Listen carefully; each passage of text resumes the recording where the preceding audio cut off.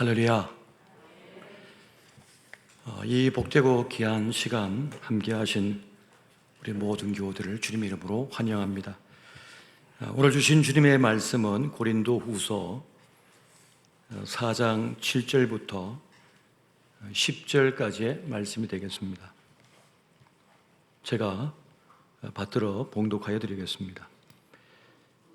우리가 이 보배를 질그릇에 가졌으니 이런 심히 큰 능력은 하나님께 있고 우리에게 있지 아니함을 알게 하려 함이라. 우리가 사방으로 우겨쌈을 당하여도 쌓이지 아니하며 답답한 일을 당하여도 낙심하지 아니하며 박해를 받아도 불임받지 아니하며 거꾸로 뜨림을 당하여도 망하지 아니하고 우리가 항상 예수의 죽음을 몸에 짊어짐은 예수의 생명이 또한 우리 몸에 나타나게 하려 함이라. 아멘. 오늘 귀한 말씀을 전해주실 강사 목사님을 소개해 드리겠습니다. 박종건 목사님께서는 일찍이 우리 한국 교회 안에 영적 지도자들을 양성하시기 위하여 신학 교수로서 많은 후학들을 양성해 오셨습니다. 그리고 안양 신학대학원의 원장님을 지내셨고 대한예수교 장로회 대신즉 총회장님을 역임하셨습니다. 그리고 현재는 서울에 있는 모자이크 교회를 담임하고 계십니다. 제가 처음 신학교에 입학하기 위하여 시험을 칠 때 우리 목사님께서 교수로 계셨기에 제가 면접을 또 하고 또 입학시켜 주셔가지고 제가 신학교육을 마치게 되었습니다. 또 신학대학원에 들어갔을 때에도 또 신학대학 원장님으로 계셔가지고 또 그때도 면접을 봤는데 또 합격을 시켜 주셔가지고 제가 이 자리에 올 수가 있었습니다. 학번을 보자면 또 우리 원로 목사님의 또 후배가 되시고요. 또 한국 교회에서 참 큰 일을 많이 하시고 후학들을 양성해 주셨는데 또 이렇게 너무나 뜻깊은 우리 교회 창립 19주년 기념 부흥회 때 첫째 날 부흥 강사님으로 오셨습니다. 너무나 기쁘고 또 행복한 시간이며 또 주님께서 어떤 말씀을 우리 목사님을 통해 주실까 하는 기대감을 갖고 있습니다. 우리 목사님 나오실 때 큰 박수로 모시겠습니다.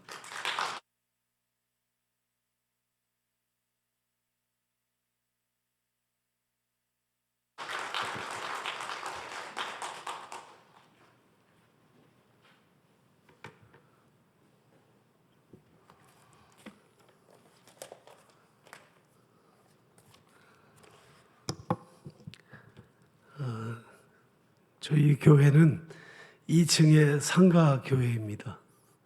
그래서 이렇게 큰 예배당에 와서 예배를 드리려고 하니까 가슴이 벌렁벌렁해가지고 지금 이상합니다. 제가 신학 하던 70년 초 때부터 지금까지 항상 저에게 어떻게 보면 참 닮고 싶은, 그래서 제가 어려울 때 또 좀 힘들 때 늘 이렇게 만나기 위해서 또 찾았던 목사님이 여러분의 원로 목사님이십니다. 제가 가장 서울에서 이전에 교회 목회할 때 제가 목사 제명이라는 아주 엄청난 일을 당한 적이 있습니다. 신학대학원장 하면서 교회를 개척했는데, 숭실대학에서 개척을 했는데, 그때 제가 어떤 행정적인 여러 가지 문제로 우리 노회에서 저를 제명했어요. 그때 참 어려울 때인데 제가 목사님 만나러 왔습니다. 근데 그때 목사님께 그런 이야기 드리지 못했어요. 그냥 목사님 얼굴 보고 싶고 잠깐 이야기하고 싶어서 왔었습니다.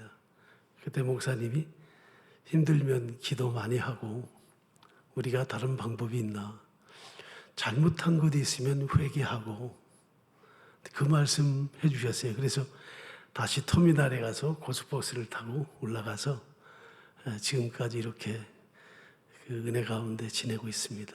이 시간을 빌어서 우리 주 목사님께 감사의 말씀을 드리고, 또 우리 최 목사님 학교 7년 동안 우리 대학원 다니면서 또 누구보다도 또 열정으로 복음에 대한 열정과 또 신학을 마치고 군목에 가셔서 군목 생활도 또 아름답게 이렇게 마치시고, 이곳 이 목사님 후임으로 이렇게 사역을 하시게 됐다는 소식을 전에 듣고 굉장히 기뻤습니다. 오늘 와서 이렇게 목사님과 또 주 목사님과 최 목사님 만나서 너무나 반갑고, 또 우리 모든 종교 주님의 교회 교우들, 행복한 여러분들 부럽습니다. 하나님이 오늘 저녁에도 창립 19주년을 맞이하는 이 교회 위에 하나님이 큰 은혜 베풀어 주시기를 간절히 바랍니다.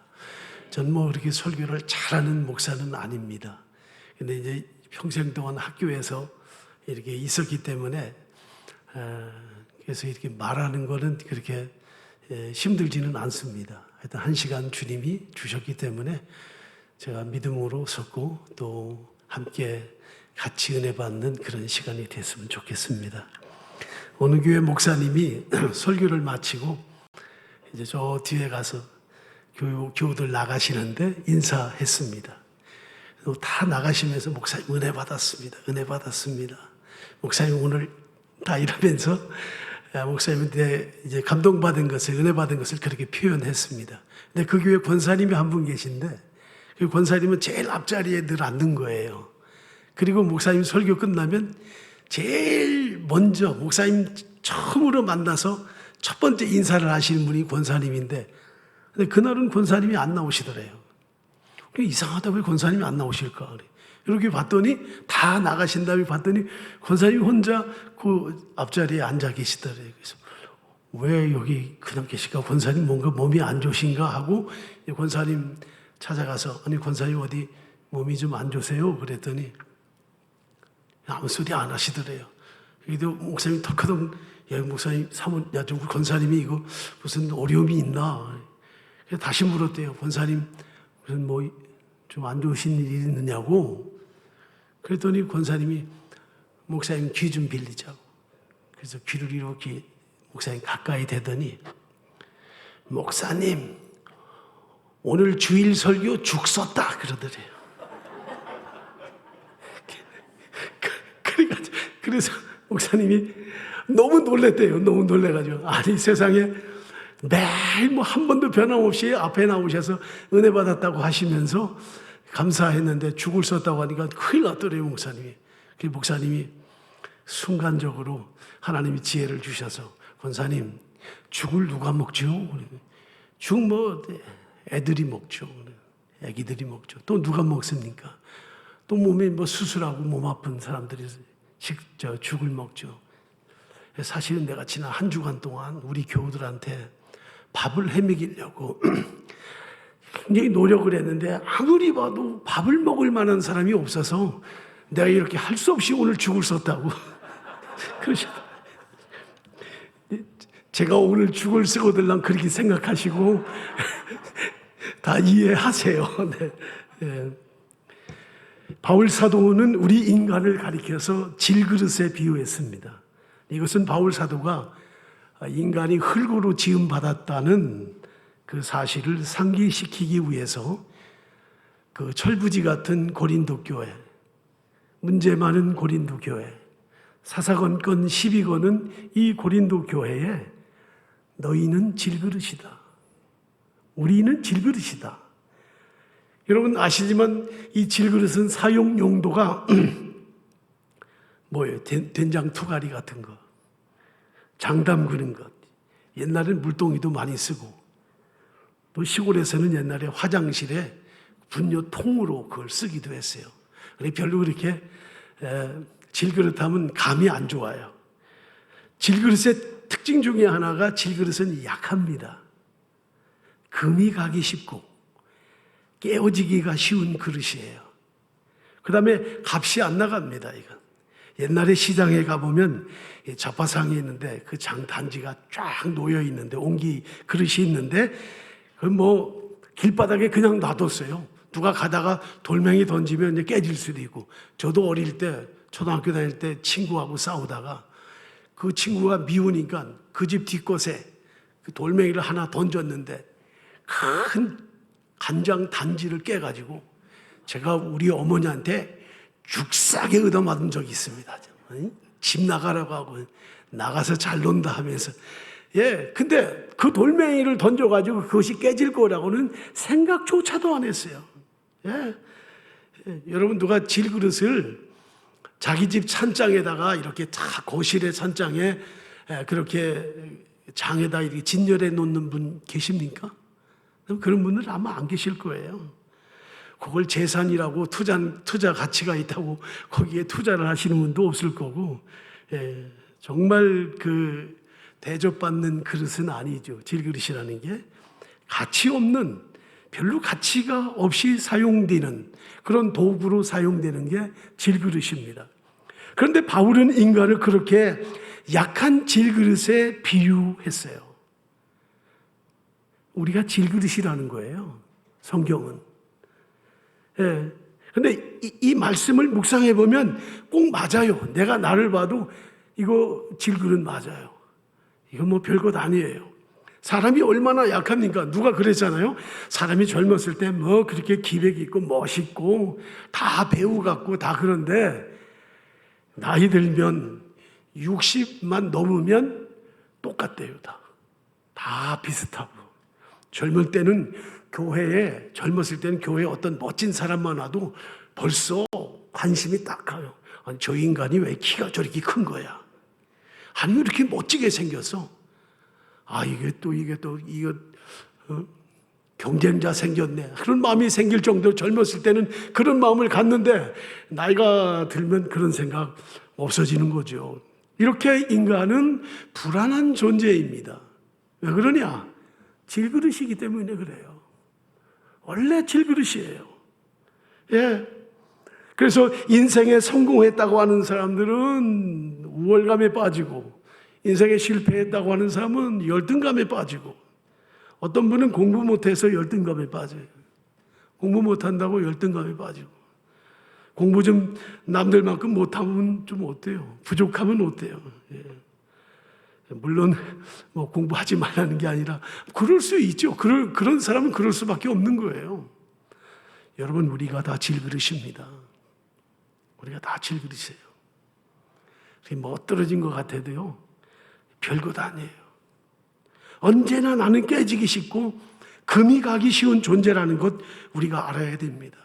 우리가 신앙생활을 하여도 여전히 질그릇이에요. 은혜를 많이 받아도 여전히 질그릇이에요. 여러분, 누가 건드려 보세요. 누가 건드려 보세요.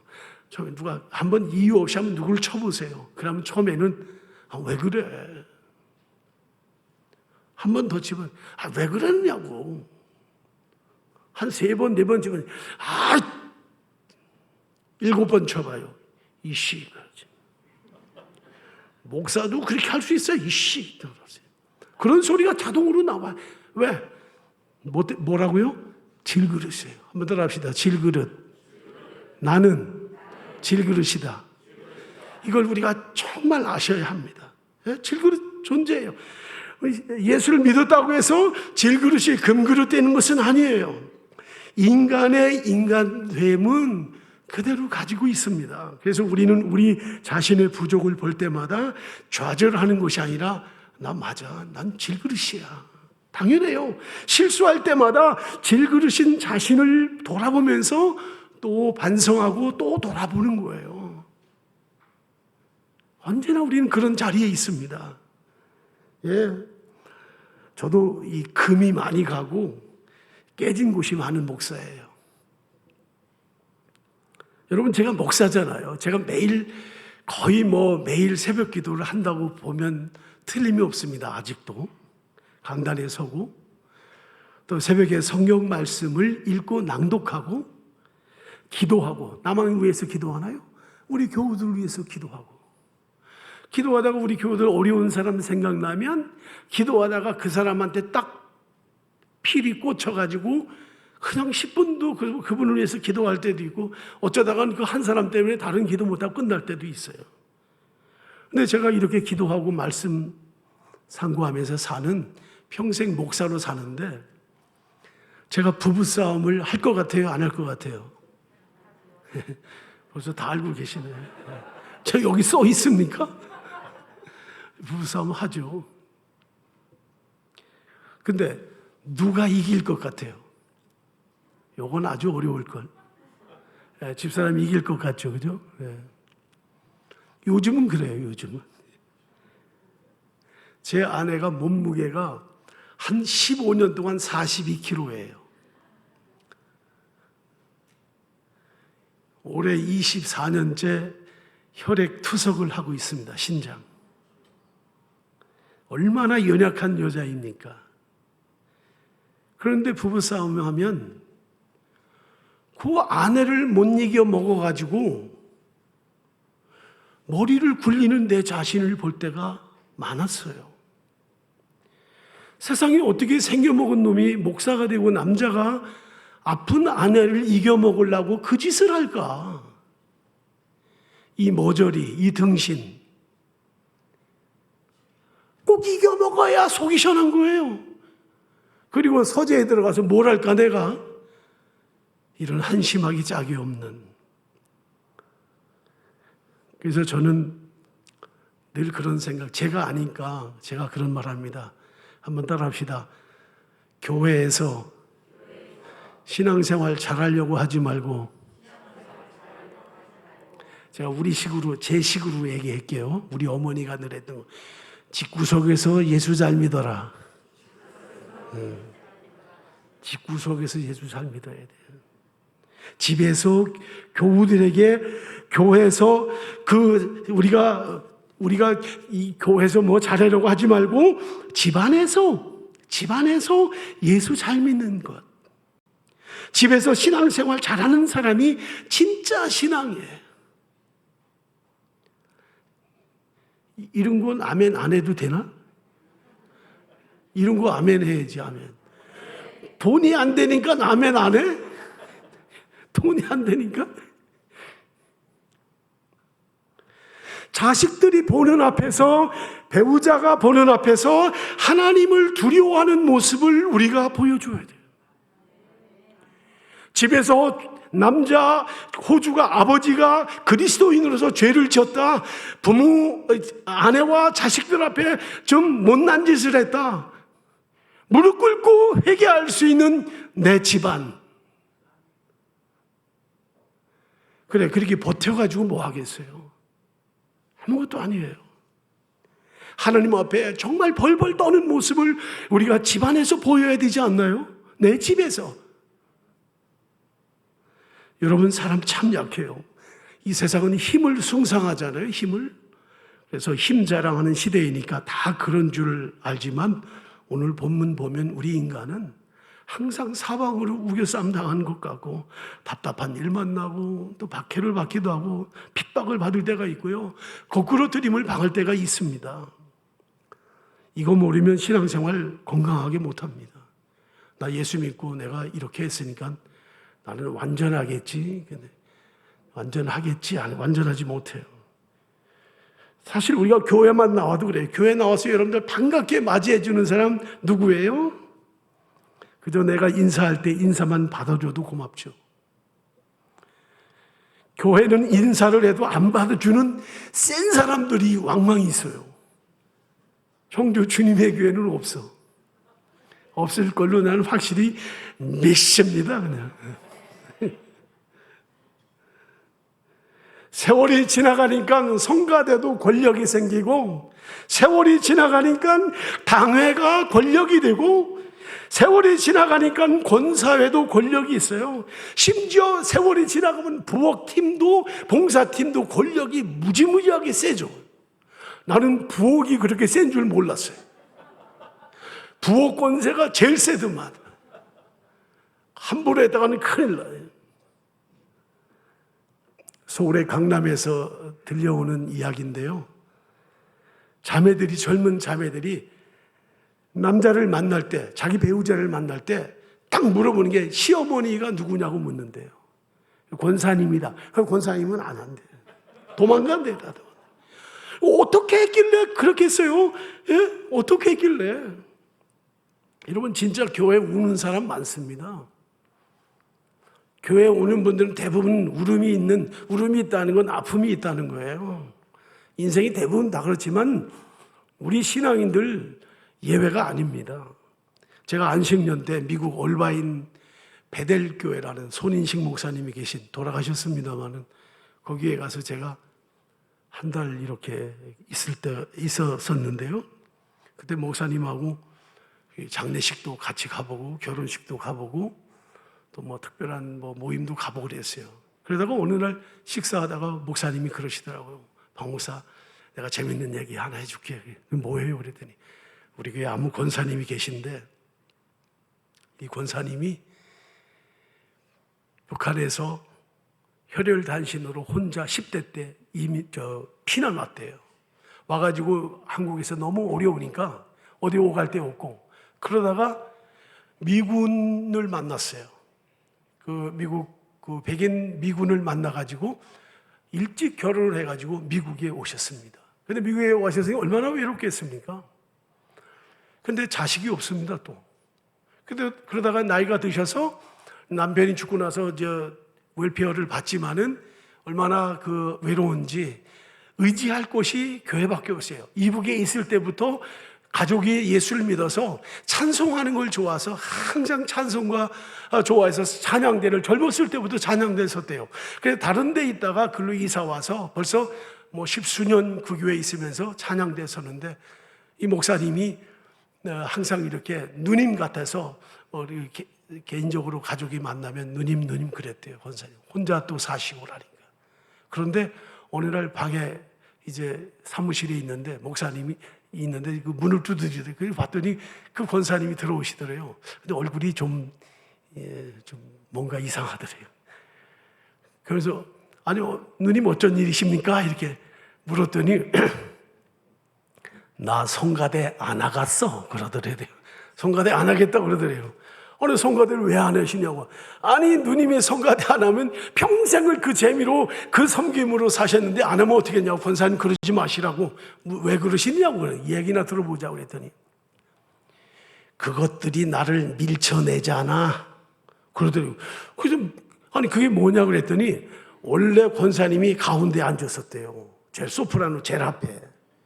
근데 올바인이 한국에 유학생들이 굉장히 많이 오고 음악하는 사람들이 많이 오다 보니까 그 잘하는 사람들이 가운데 앉게 되니까 지휘자가 이렇게 앉히다 보니까 밀려 제일 끝에 가서 앉았어요. 권사님이. 그리고 권사님이 소외 느낀 거예요. 소외를 느낀 거예요. 목사님한테 난 찬양대 안 하겠다고. 그랬더니 그 순간 목사님이 오니까 그 권사님의 과거부터 이야기가 탁 나오는데 저 우리 찬양대가 왜 그랬을까? 저 마음이 얼마나 슬플까? 그래서 내가 혼내주겠다고, 내가 혼내줄 테니까 아무 염려하지 말고 찬양대 서라고, 다음 주일날 꼭 서라고.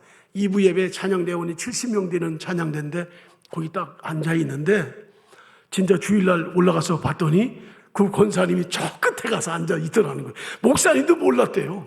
도대체 어떻게 해서 저기까지 밀려나가셨을까?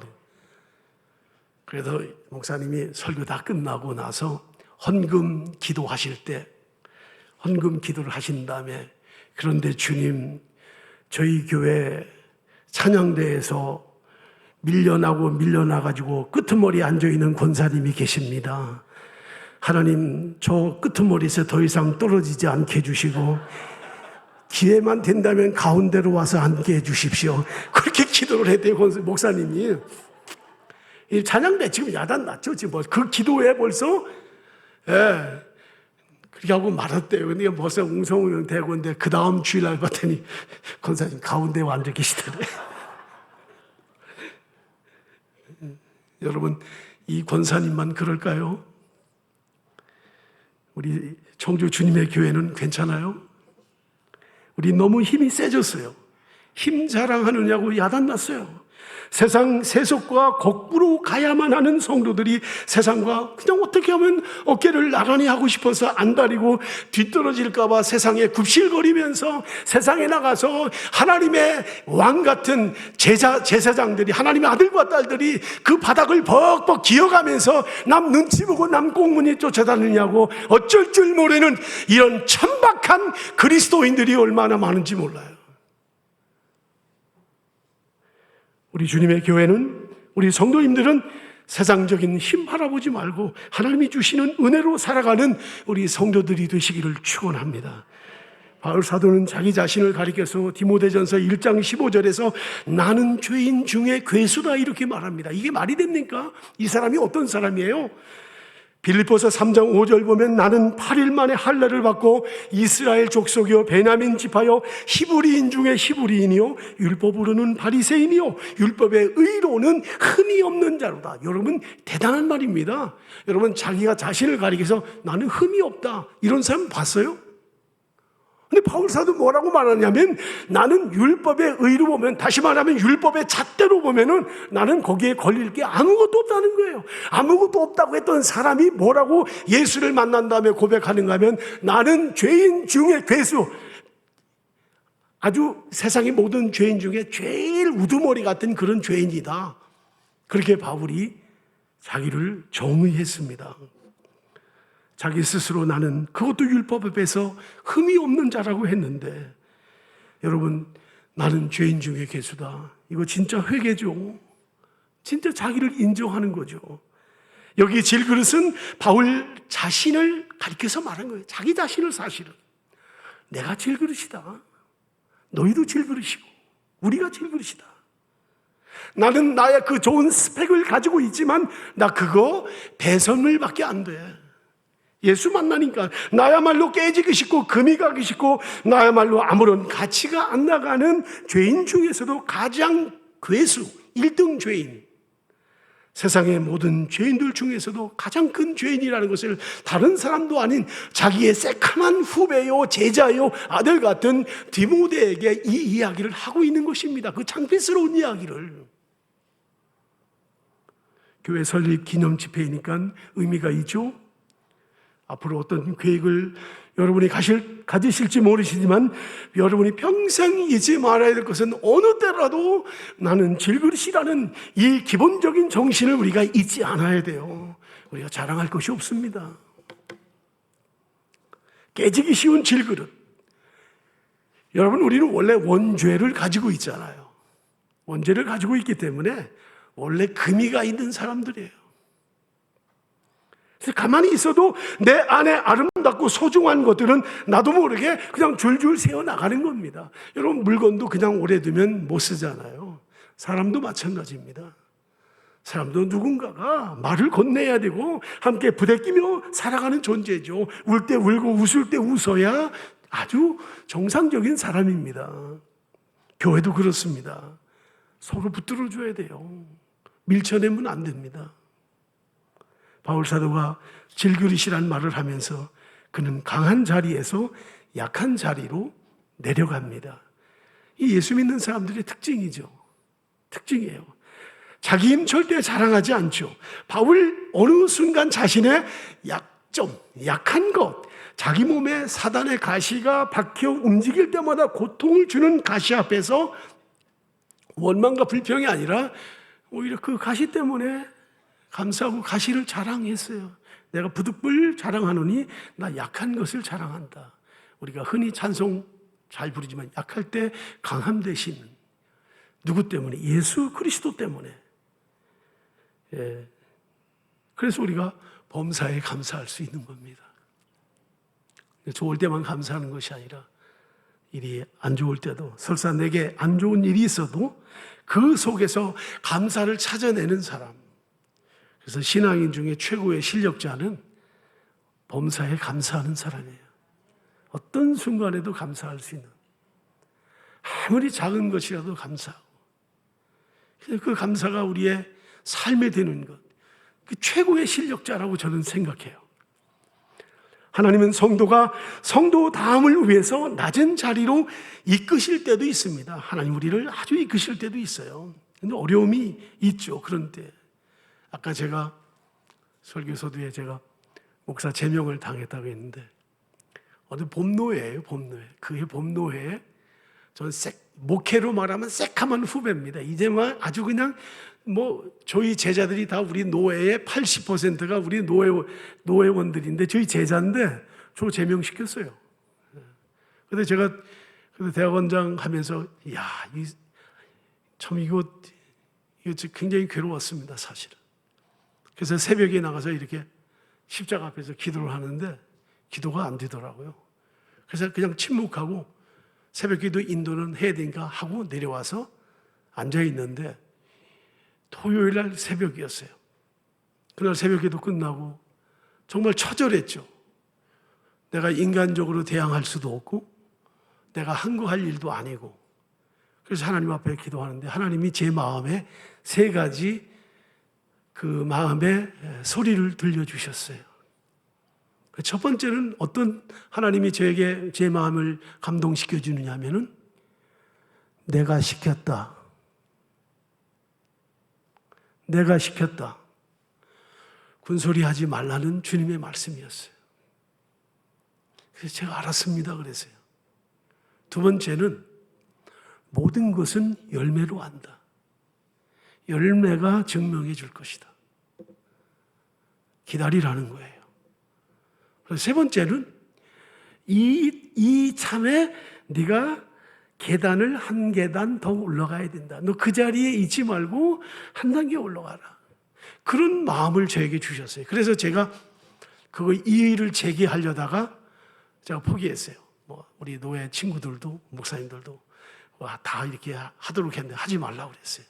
그리고 나서 석 달 있다가 제가 이제 다시 복귀가 되고 해버리려고 다 그렇게 했습니다마는 하나님이 때로는 그렇게 어떤 훈련을 위해서도 저는 그때 그 일이 그렇게 감사해요. 지금도 너무 감사해요. 너무너무 감사해요. 너무 많은 것을 증거로 보여주셨기 때문에 제가 그걸 얘기할 수가 없지만은 그냥 질그릇, 이 질그릇 같은 인생 더 철저하게 하나님이 저를 낮추시는 그런 것을 제가 경험했습니다. 그래서 지금도 웬만한 얘기 들으면 그냥 이렇게 마음에 이렇게 부담이 되는 것도 없어요. 놀랄 일도 없고, 목사가 죽었다 살아났는데 제가 부활한 사람인데 뭘 두려워하겠습니까, 제가. 근데 문제는, 그냥 질그릇으로 맨날 주눅 들고 사는 것인가? 그러면 이렇게 그냥 처량하게만 살아가는 것인가? 그렇지 않아요. 성경에 보니까 7절 우리 다 같이 읽습니다.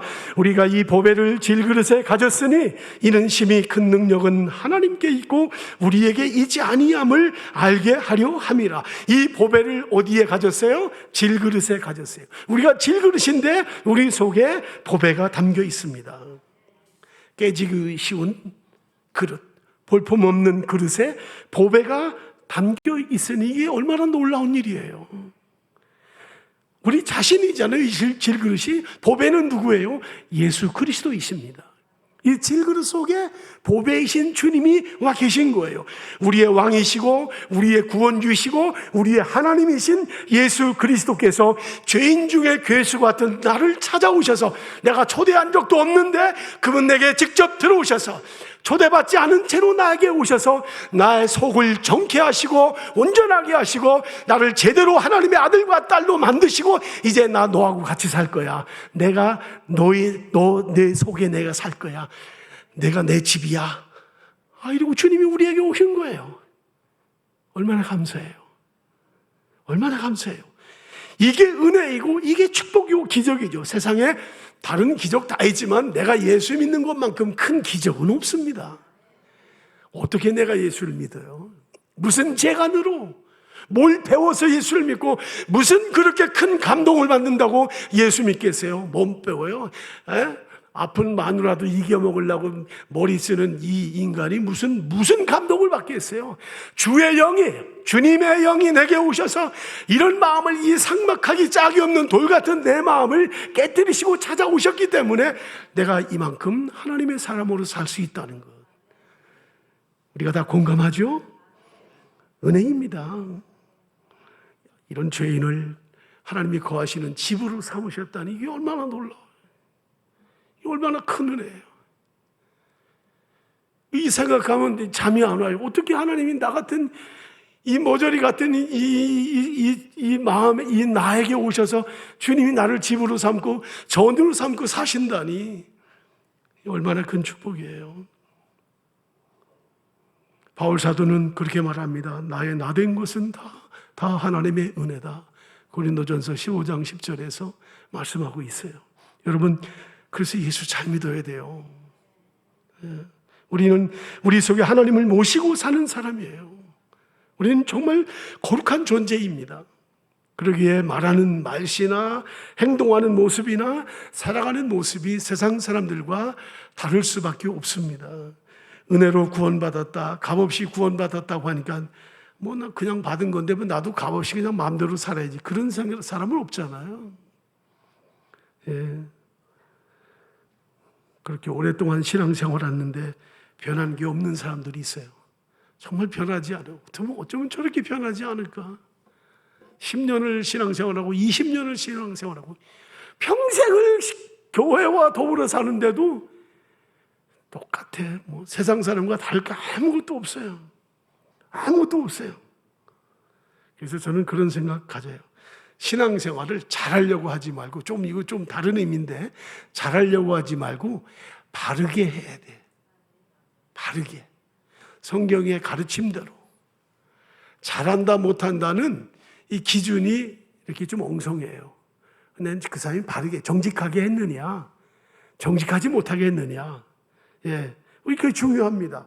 여러분, 헌금도 많이 내가 좀 생활이 좋으면 많이 할 수 있고 돈이 없으면 못 하는 거죠. 그게 기준은 아니에요. 그러나 바르게 해야지요. 거지같이 살아도 바르게 사는 것, 이게 오늘 한국 기독교인들이 보여주어야 할 아주 분명한 사명입니다. 안 되는 거 가지고 억지 쓰고 그러는 거 안 되죠. 예. 그래도 우리 하나님은 우리에게 기도할 수 있는 그런 은혜를 주고 그런 축복을 주신 건 얼마나 큰 감사이고 은혜인지 모릅니다. 정말 감사하고, 우리 그리스도인들이 그래서 언어 조심해야 돼요. 말을 조심해야 되고, 말 대부분 시험이 어디서 오냐면 말에서 오잖아요. 언어에서 온단 말이에요. 상처도 언어에서 받습니다. 말 한마디 잘못해서 언어에 받습니다.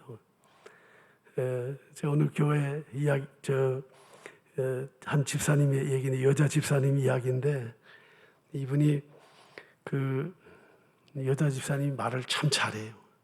잘했는데 다른 사람한테도 다 잘하는데 남편한테도 잘해요.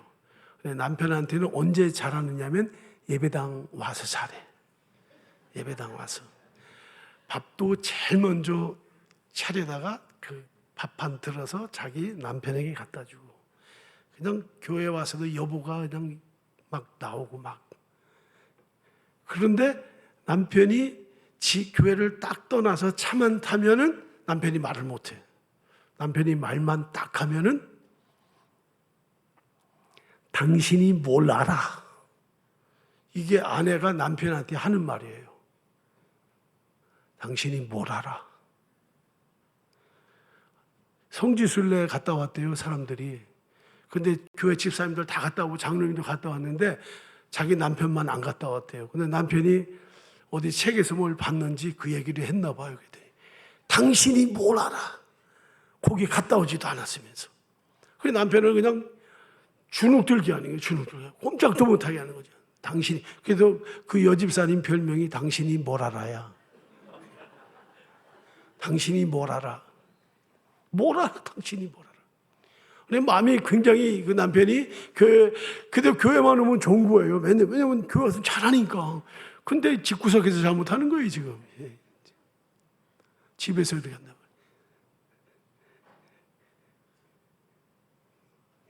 근데 어느 날 남편이 아침에 출근해가지고 얼마 안 됐는데 전화가 왔어요.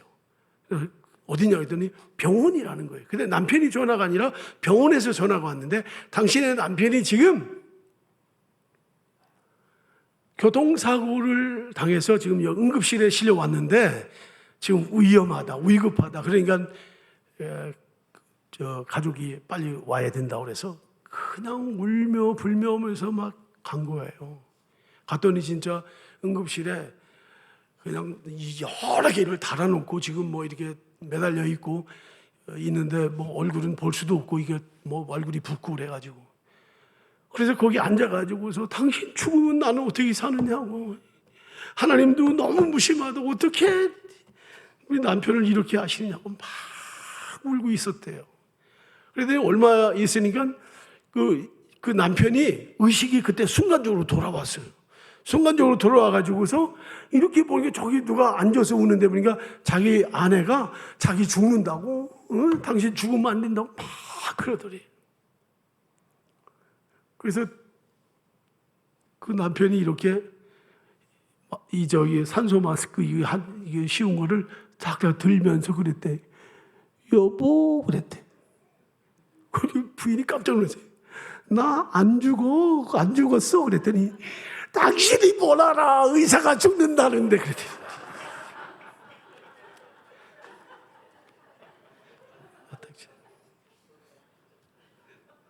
우리가 신앙생활하는 성도들이 정말 우습지만은 우리가 다 그렇다니까요. 다 자기 기분에 맞춰 자기가 기준이에요. 자기가 기준. 기도하는 것도 우리가 항상 마음을 다하고 힘을 다해서 하나님께 기도하고 해야 돼요.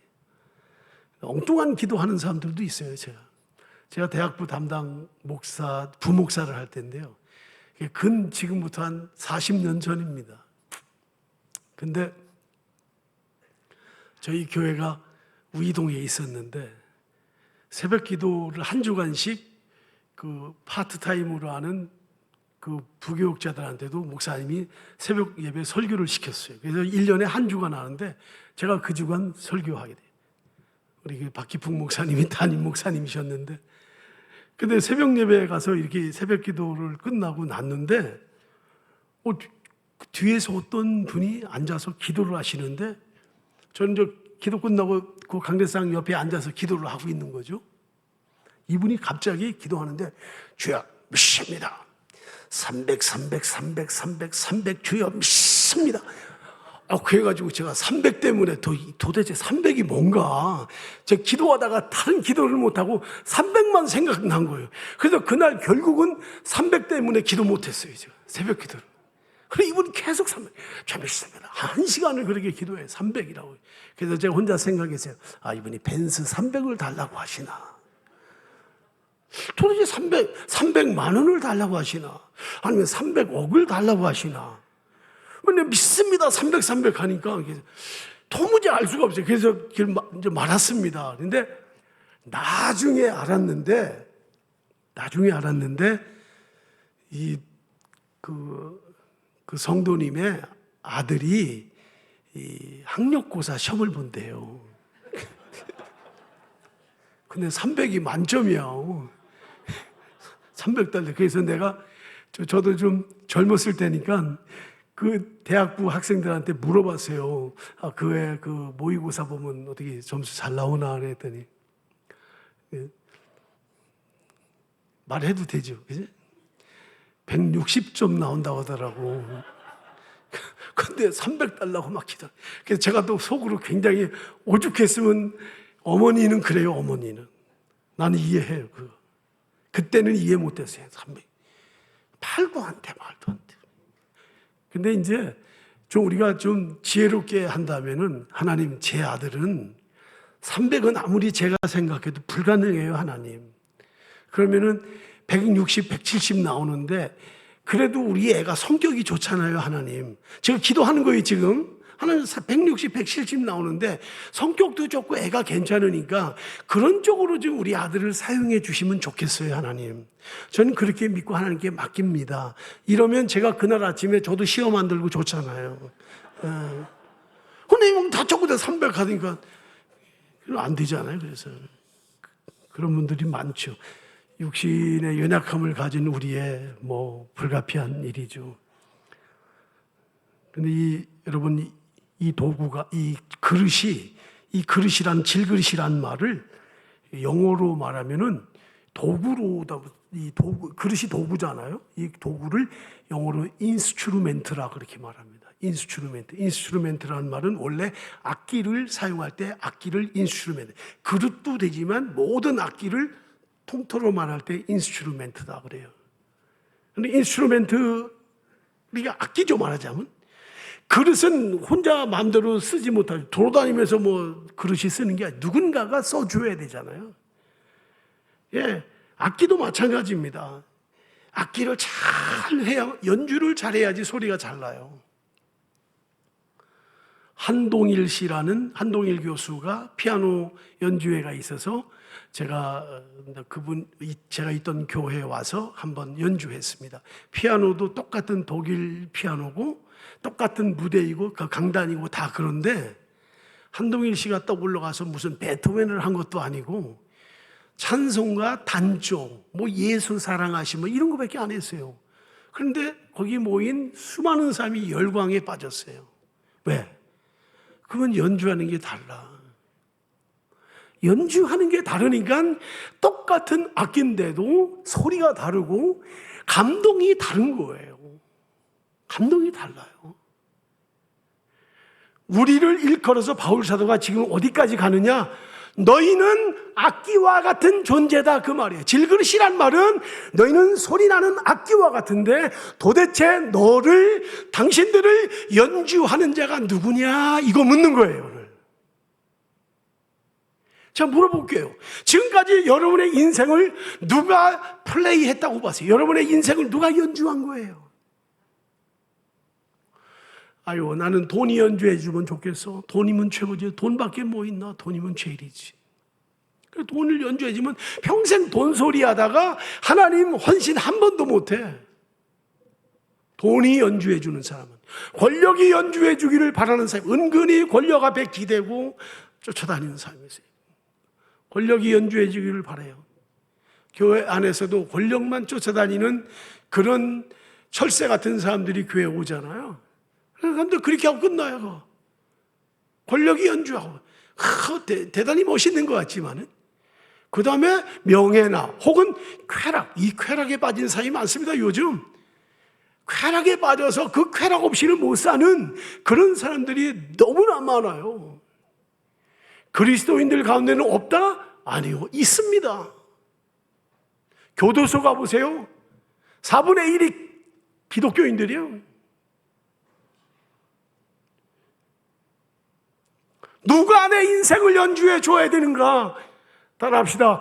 주님, 내 인생을 연주하여 주시옵소서. 주님은 절대로 틀리지 않아요. 내 키를 다 아세요.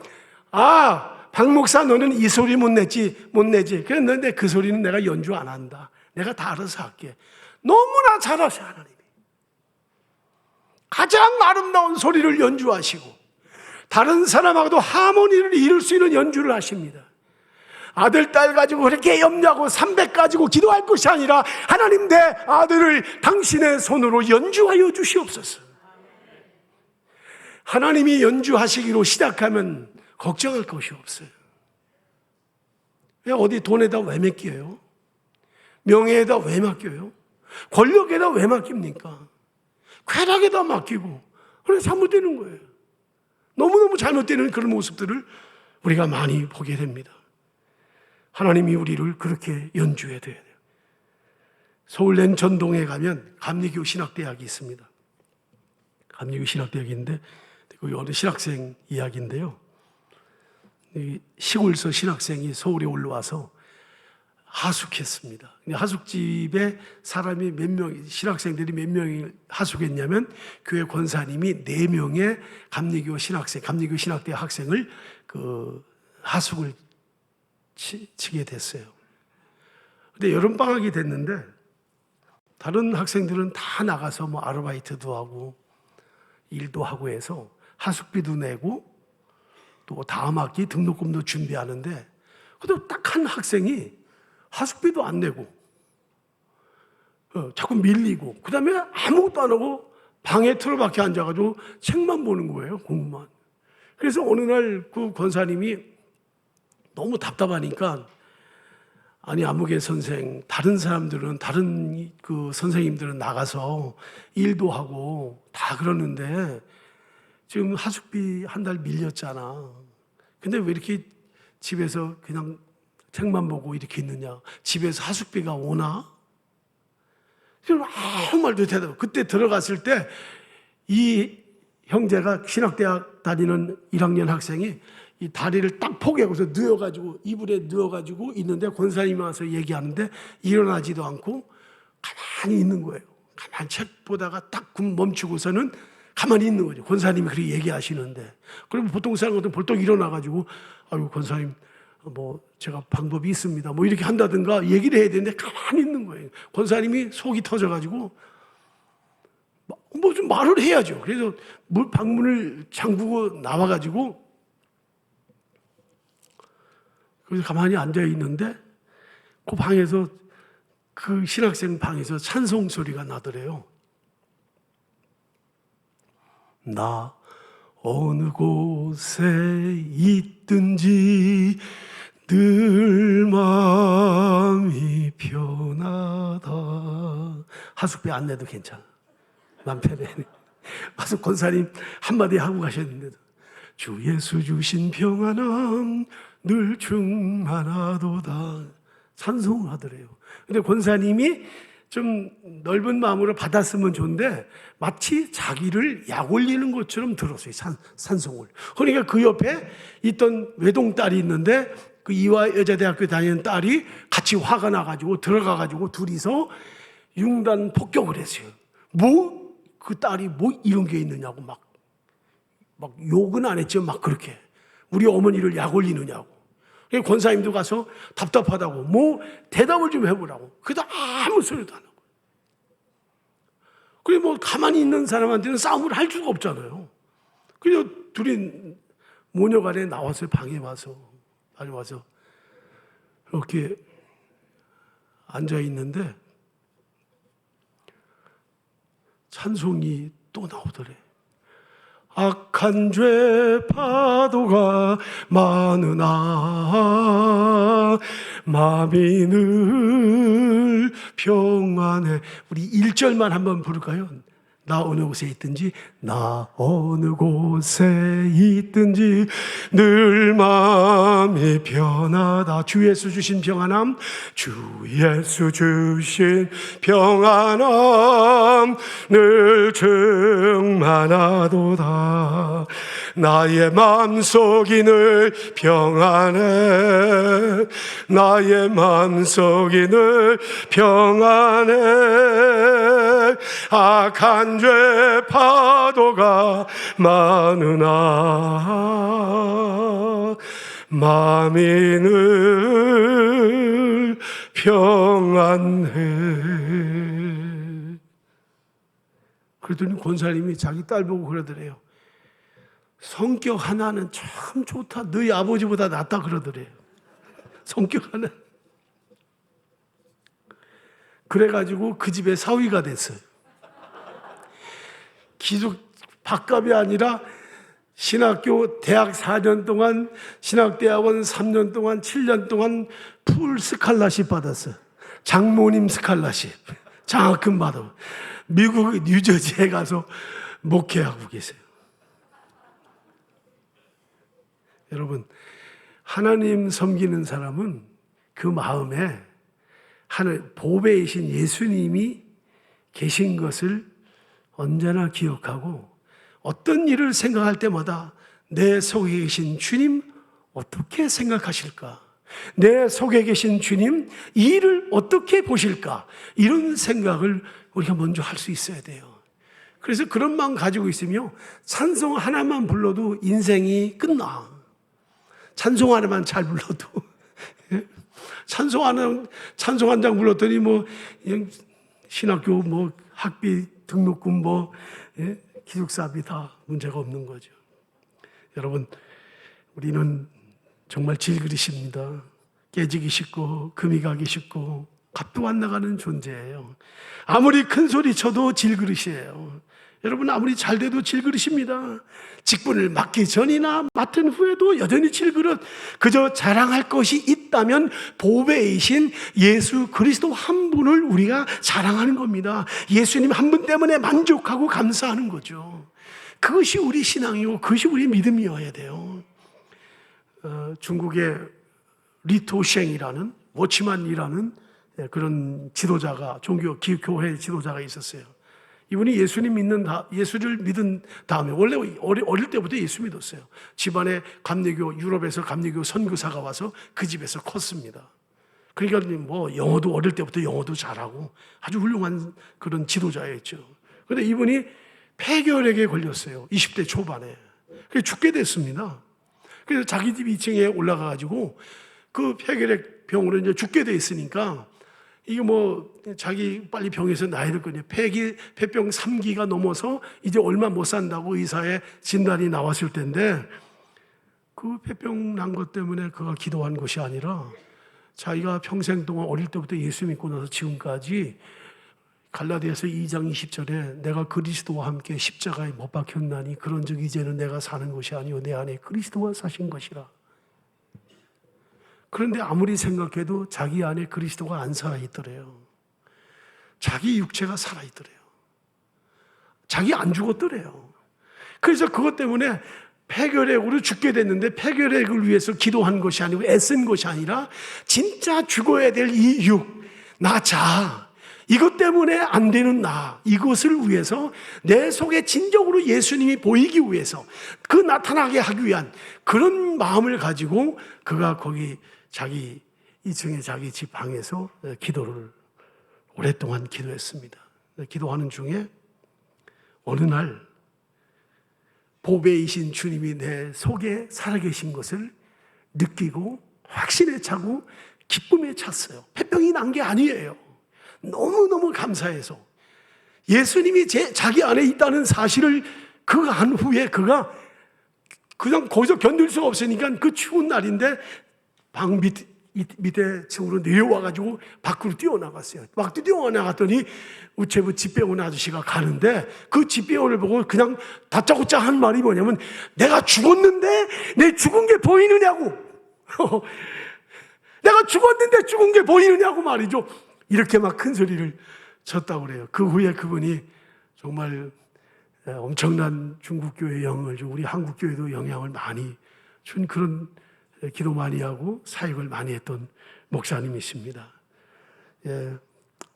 질그릇신 여러분, 정말 우리 안에 예수님이 계신가요? 그리고 진짜 나는 예수님과 함께 십자가에 죽었나요? 나는 아닙니다. 나는 아닙니다. 내가 안 죽으면 세상 것 기회만 되면 다 터져나와요. 기회만 되면 언제든지 터져나와요. 그거가 안 돼요. 성령으로 항상 그래서 우리가 기도해야 돼요. 아까 말했잖아요. 금이가 하잖아요. 우리 금이가 있어요. 그래서 하나님의 말씀과 은혜로 채워지지 않으면 안 됩니다. 늘 채워져야 돼요. 새니까 우리는 셀 수밖에 없어요. 세월 지나보세요. 또 세우다. 우리가 이렇게 이런 기회를 통해서 우리 교회 창립 19주년을 맞이하면서 이런 집회를 통해서 우리가 다시 한번 우리의 자신의 그릇됨을 확인하고 이 그릇 보잘것없어도 내 안에 보배이신 그리스도가 계신 것을 우리가 기억하면서 내 안에 계신 예수님, 우리가 정말 변질되지 말고 우리가 죽는 순간까지 하나님 앞에 가는 그 순간까지 우리가 변치 않고 주님 신앙생활하며 믿음으로 사는 우리 모두가 되기를 바랍니다. 자신이 질그린 것을 아는 사람, 질그릇 인생으로 보배이신 주님과 함께 살면서 정말 나 어느 곳에 있든지 늘 마음이 편하다 찬송하고 또 찬송할 수 있는 믿음의 사람들, 또 믿음의 가문을 이어가는 우리 성도님들이 되시기를 예수님의 이름으로 축원합니다. 기도하겠습니다. 아버지 하나님, 깨지기 쉽고 금이 가고 볼품없는 저희들, 예수 그리스도의 십자가의 구속의 은혜로 우리에게 죄사함을 얻고 하나님의 자녀가 되고 하나님의 백성 되게 하신 것 감사합니다.